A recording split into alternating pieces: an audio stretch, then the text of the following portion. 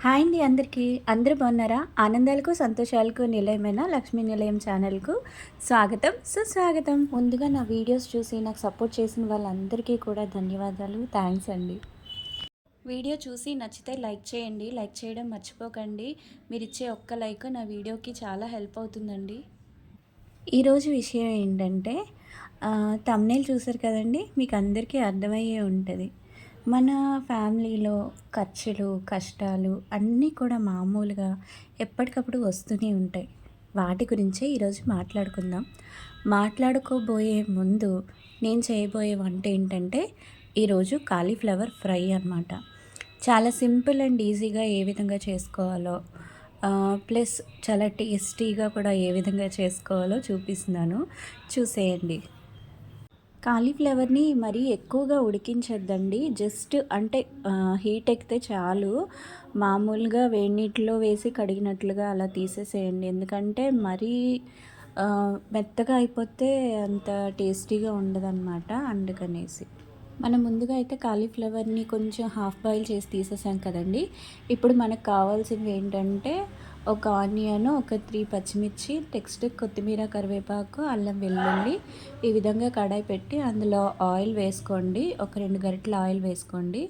Oil వేసుకున్న తర్వాత అందులో మామూలుగానే ఆవాలు, జీలకర్ర, మినపప్పు అవన్నీ కూడా వేసి బాగా ఫ్రై చేయాలండి. అవి కొంచెం చిటపటలాడిన తర్వాత నార్మల్‌గా ఎప్పుడు మనం వండే కర్రీస్ లాగానే చేసుకోవాలి.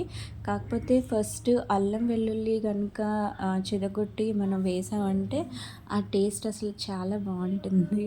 ఒకసారి మీరు ఫస్ట్ ఎప్పుడైనా సరే ఏ కర్రీస్ చేసినా ఫస్ట్ అల్లం వెల్లుల్లి వేసుకుంటే టేస్ట్ అయితే చాలా బావుంటుందండి. ఒకసారి అలా ట్రై చేసి చూడండి.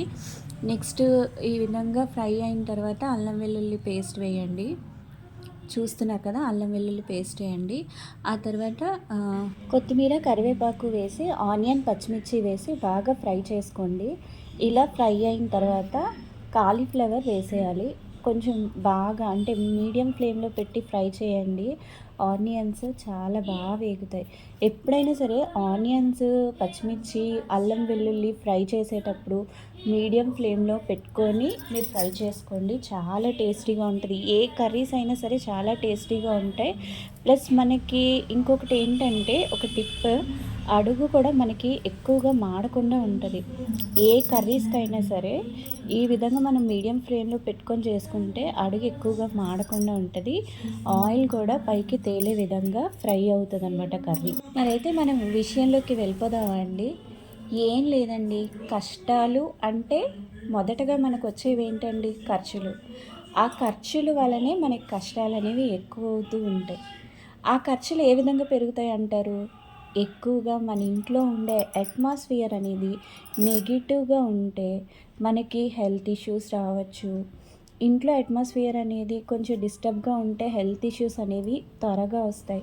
సో మనం ఇంటి అట్మాస్ఫియర్ని ఎప్పుడు పాజిటివ్గా ఉంచే విధంగా ప్రయత్నించాలి.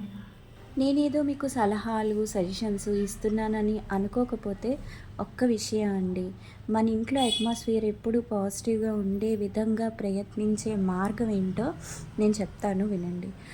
ఇప్పుడు మన హస్బెండ్స్ కావచ్చు, అదే కామన్‌గా జెంట్స్ బయట వాళ్ళు ఆఫీస్‌లో కావచ్చు, లేదంటే ఫ్రెండ్స్ వల్ల కావచ్చు, ఏవో టెన్షన్స్, ఏవో స్ట్రెస్ ఫీలింగ్స్, వాళ్ళకేమైనా గొడవలు అలాంటివి కామన్‌గా ఉంటూనే ఉంటాయి జెంట్స్‌లో.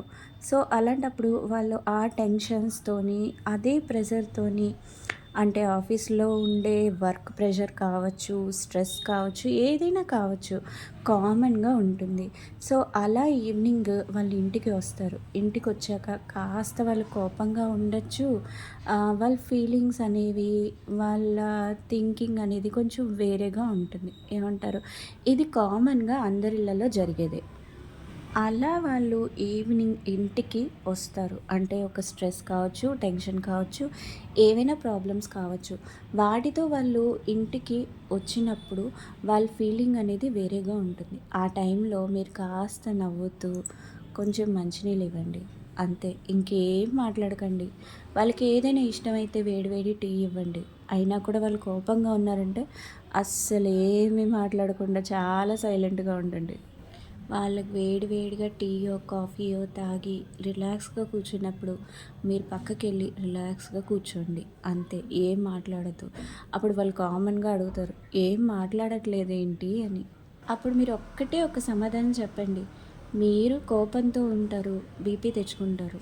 మీ కోపాన్ని చూసి నేను బీపీ తెచ్చుకుంటే, ఇద్దరికీ కూడా కోపాలొచ్చి బీపీ పెరిగితే, బీపీ బిల్లు చాలా ఎక్కువవుతుంది. హాస్పిటల్ బిల్లు చాలా ఎక్కువవుతుంది. దాంట్లో బడ్జెట్ కూడా చాలా పెరిగిపోతూ ఉంటుంది. సో, మనం బడ్జెట్‌ని పెంచే అవకాశం ఇవ్వకూడదని నేను ఆలోచిస్తున్నానని చెప్పండి. అంతే. వాళ్ళు టీ తాగుతూ ఆలోచనలో పడతారు. తర్వాత ఆ బడ్జెట్ కోసం కాకుండా మనకి ఇంట్లో కావాల్సిన సరుకుల కోసం రేషన్‌కి కావాల్సినవి చెప్తాను వినండి అని చెప్పండి. అదేంటి అనుకుంటున్నారా? మీరు విన్నది నిజమేనండి. నేను చెప్పింది అదే. ఏంటంటే మనం సరుకుల లిస్ట్ చెప్పామనుకోండి, దాంతో వాళ్ళు ఇంటి బాధ్యతల ఆలోచనలోకి మారిపోతారు. అంతేకాకుండా కోపం కూడా తగ్గే అవకాశం ఉంటుంది.